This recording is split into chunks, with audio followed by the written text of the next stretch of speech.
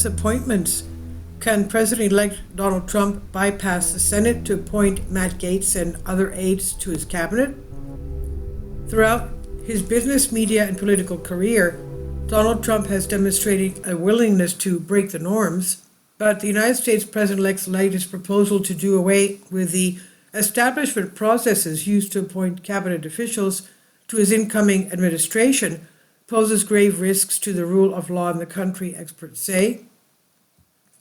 Just days after his election victory this month, Trump on November 10 invoked a provision under the U.S. Constitution that would allow him to appoint cabinet members without Senate confirmation.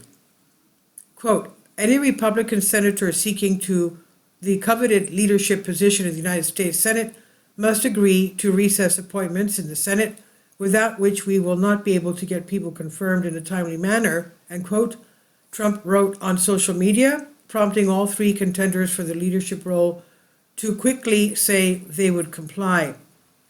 The suggestion to use so-called recess appointments has sparked concern as Trump continues to roll out a list of controversial nominees to key positions within his government, including far-right firebrand Matt Gaetz as head of the U.S. Justice Department. Bypassing the Senate would dilute the checks and balance system that provides Congress with oversight over the executive branch, analysts told Al Jazeera, while effectively giving Trump even more power at the time when Republicans hold in trifecta control of White House, Senate, and House of Representatives. The selection of the cabinet is the primary way in which the president exercises power, said David Frunkin, assistant professor at the University of Houston Law Center, who specializes in administrative law. Eliminating the most important check on that power would massively empower the president. A vestige of the past, but what exactly is a recess appointment? The process dates back to the country's early days when the U.S. Congress would be in recess for months at a time, usually during the summer.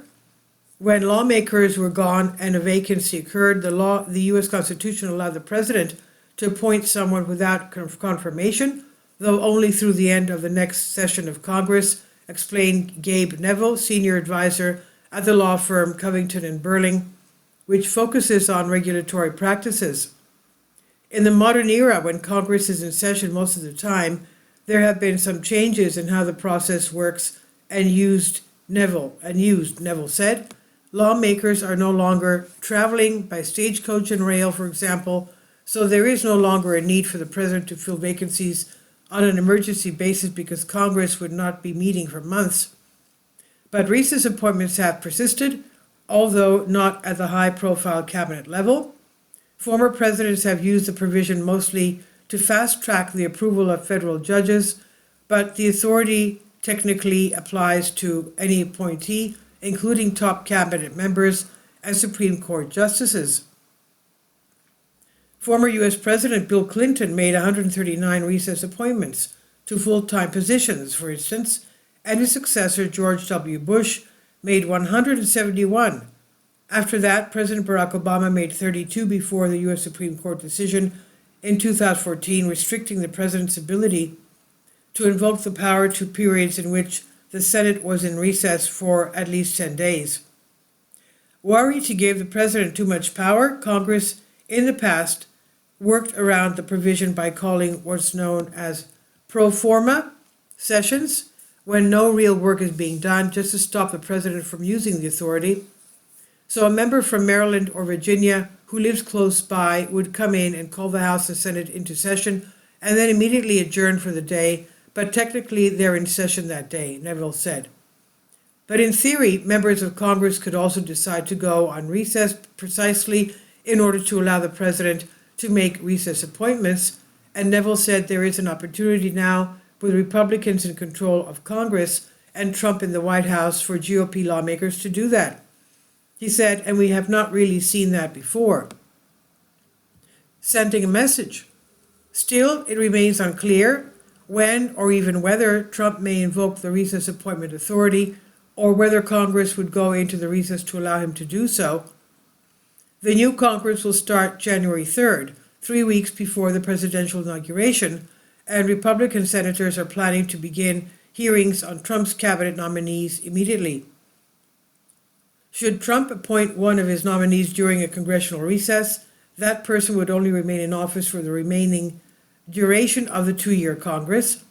But by mentioning the provision, Trump, whom critics accuse of authoritarianism, is sending a message to lawmakers, even those from his own party, that he may have little patience for their pushback. If the Senate goes along with Trump's demand, it will be the first loud sound of the Constitution ripping. Michael Waldman, president of the Brennan Center for Justice at New York University School of Law, wrote in an op-ed. Nicholas Xenakis, former chief counsel for the late Democratic Senator Dianne Feinstein, who also works at the Covington and Burling law firm, told Al Jazeera that the president-elect may also be invoking the power as leverage. Like, hey, Senate, don't make me use this power I have. Hurry up and confirm my nominees, he said.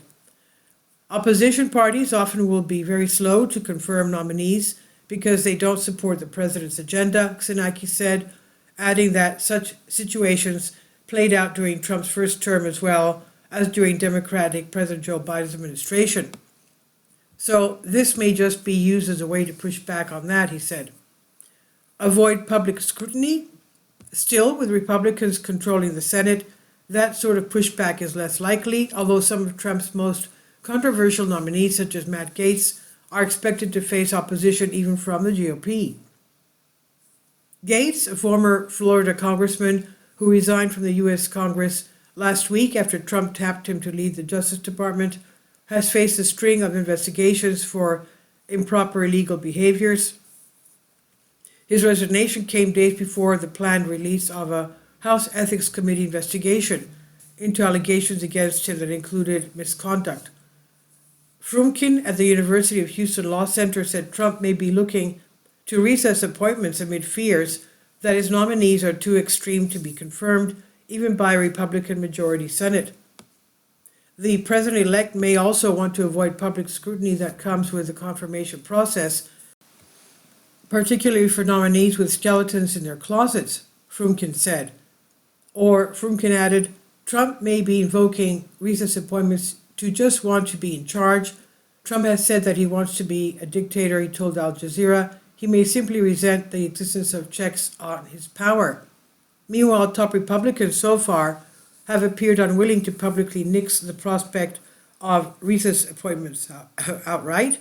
John Thune, a Republican senator who was chosen as the chamber's next majority leader last week, has pledged to keep an aggressive schedule until Trump's nominees are confirmed and did not take recess appointments off the table.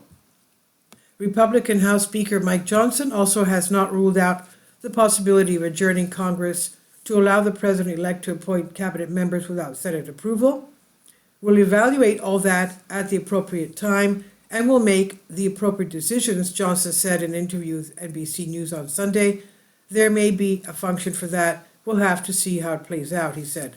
This is from Al Jazeera on DNYUZ. Please leave your comments and thank you for your support.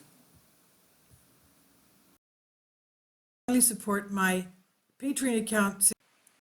The daily posts are 5 videos daily and they are totally different from what I have on my YouTube channel. Thank you so much for your support and that you find all my content so interesting. You'll find the Patreon account details in the description box below.